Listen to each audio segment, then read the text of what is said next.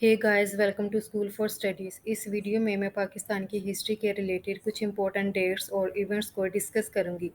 बल्कि इसके बारे में मैं एक ब्रीफ ओवरव्यू दूंगी जो कि pre partition history of Pakistan के रिलेटेड है। So let us get right into the video. 1757 battle of Plassey. 1757 में जंग प्लासी हुई। ये ब्रिटिश और मुस्लिम लीडर्स के दरमियान हुई। उस वक्त जो ब्रिटिश लीडर था उसका नेम था रॉबर्ट क्लाइव और मुस्लिम लीडर का नेम सिराजुद्दौला था। सिराजुद्दौला बंगाल का आखिरी नवाब था।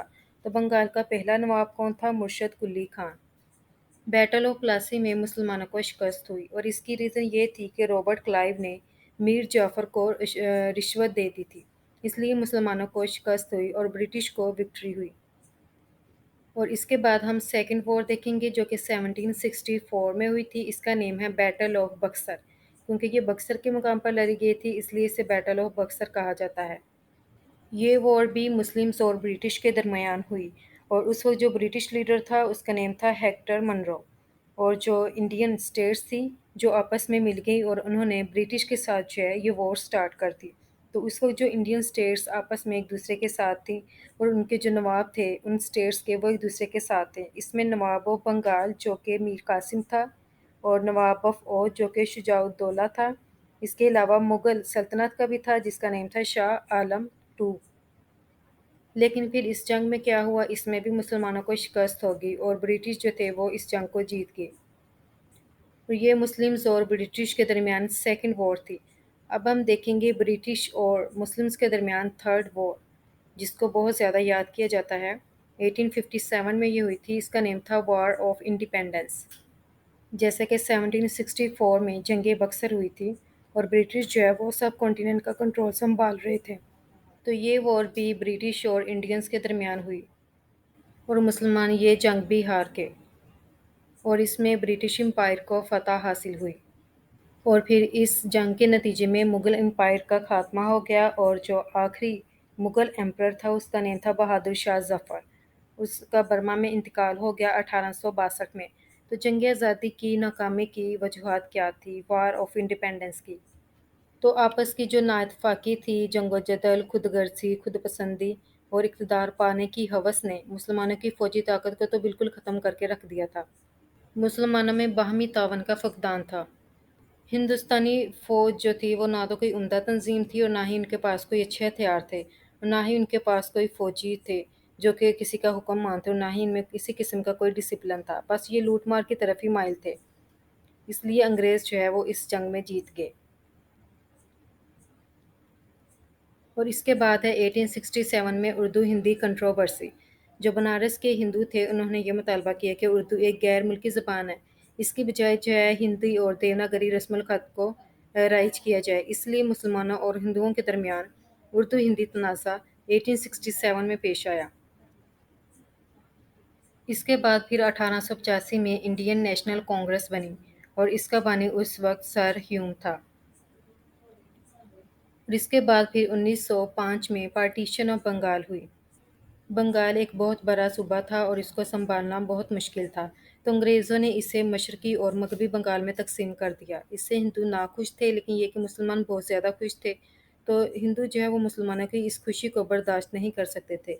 इसलिए हिंदुओं ने जो है स्वदेशी मूवमेंट स्टार्ट की ताकि बंगाल को दोबारा मर्ज कर दिया जाए। और इस तरह फिर 1911 में मशरक़ी और मग़रबी बंगाल आपस में मर्ज हो गए। और ये भी एक इम्पॉर्टेंट पॉइंट है कि बंगाल की पार्टीशन कब हुई? 1905 में। इसके बाद 1906 में ऑल इंडिया मुस्लिम लीग का क़याम हुआ। तो ऑल इंडिया मुस्लिम लीग 30 दिसंबर 1906 को ढाका में मुस्लिम लीग का क़याम अमल में आया और इसका जो पहला हेडक्वार्टर था वो लखनऊ में था। और इसके अलावा 1906 में शिमला डेपुटेशन भी हुआ था। और इसके बाद 1909 में मिंटू मार्ले रिफॉर्म्स हुई थी। ये भी एक बहुत इंपॉर्टेंट पॉइंट है। 1916 में लखनऊ पैक्ट जिसे उर्दू में मिसाक लखनऊ कहा जाता है। लखनऊ पैक्ट किस तरह से इम्पोर्टेंट है कि इसमें मुस्लिम लीग और कांग्रेस का एक मुश्तरका इजलास हुआ था और कायद-ए-आज़म को ambassador of Hindu Muslim unity जो है वो करार दिया गया था। इसमें पहली बार मुसलमानों को एक अलग कौम तस्लीम कर लिया गया था। इसके बाद 1919 में रोल्ट एक्ट और जलियांवाला बाग جو ہے اس کا واقعہ پیش آیا تھا۔ جلیاں والا جو ہے ایک باغ کا نیم تھا، تو جنرل ڈائر جو ہے اس نے اپنی فوج کو حکم دیا کہ وہ اس باغ کے اندر جتنے بھی ہجوم تھا لوگوں کا کہ وہ ان کے اوپر فائرنگ کرنا شروع کر دے۔ تو انہوں نے فائرنگ کرنا شروع کر دی، لوگ جو ہے وہ بدحواس ہو کر بھاگے، لیکن باغ سے باہر جانے کا صرف ایک چھوٹا سا راستہ تھا اور چاروں طرف جو ہے اس کے دیواریں تھیں، تو فائرنگ کی عزت میں جو ہے وہ کافی زیادہ لوگ وہاں پر ہلاک ہو گئے۔ اس کے بعد 1919 سے 1921 میں خلافت موومنٹ سٹارٹ ہوئی۔ جب پہلی جنگ عظیم ہوئی 1914 میں، تو ترکی نے جرمنوں کا ساتھ دیا، لیکن اس جنگ میں جرمنوں کو شکست ہوگی۔ تو جن کنٹریز کو شکست ہوتی ہے ان کے پاس جتنے بھی علاقے ہوتے ہیں تو انہیں ان کا کنٹرول جو ہے دوسروں کو دینا پڑتا ہے۔ تو جو ترکی کے قبضے میں جتنے بھی علاقے تھے یہ برٹش کے کنٹرول میں چلے گئے، تو مسلمانوں کو ڈر تھا کہ کہیں وہ ان چیزوں کے جو ہے مسلمانوں کے مقدس مقامات کی حفاظت کے لیے جو ہے انہوں نے یہ تحریک شروع کر دی کہ کہیں برٹش جو ہے مسلمانوں کے مقدس مقامات کو نقصان نہ پہنچا دیں۔ تو اس کے لیے انہوں نے جو موومنٹ سٹارٹ کی اس کا نیم تھا خلافت موومنٹ۔ 1927 میں سائمن کمیشن، یہ بھی ایک امپورٹنٹ پوائنٹ ہے۔ اور پھر 1928 میں نہرو رپورٹ، اس میں جو ہے جداگانہ انتخاب کے مطالبے کو مسترد کر دیا تھا نہرو نے۔ اس کے بعد قائد اعظم نے نہرو کی جو رپورٹ تھی اس کے رسپانس میں اپنے جو 14 پوائنٹ تھے وہ پیش کیے تھے 1929 کو۔ یہ ایک بہت زیادہ امپورٹنٹ پوائنٹ ہے اور اکثر اسے پیپر میں پوچھا بھی جاتا ہے۔ اس کے بعد 1930 میں خطبہ الہ آباد، اور پھر اس کے بعد جو ہے 3 راؤنڈ ٹیبل کانفرنس ہوئی تھی 1931، 1932 اور 1933 میں، اور یہ لندن میں ہوئی تھی۔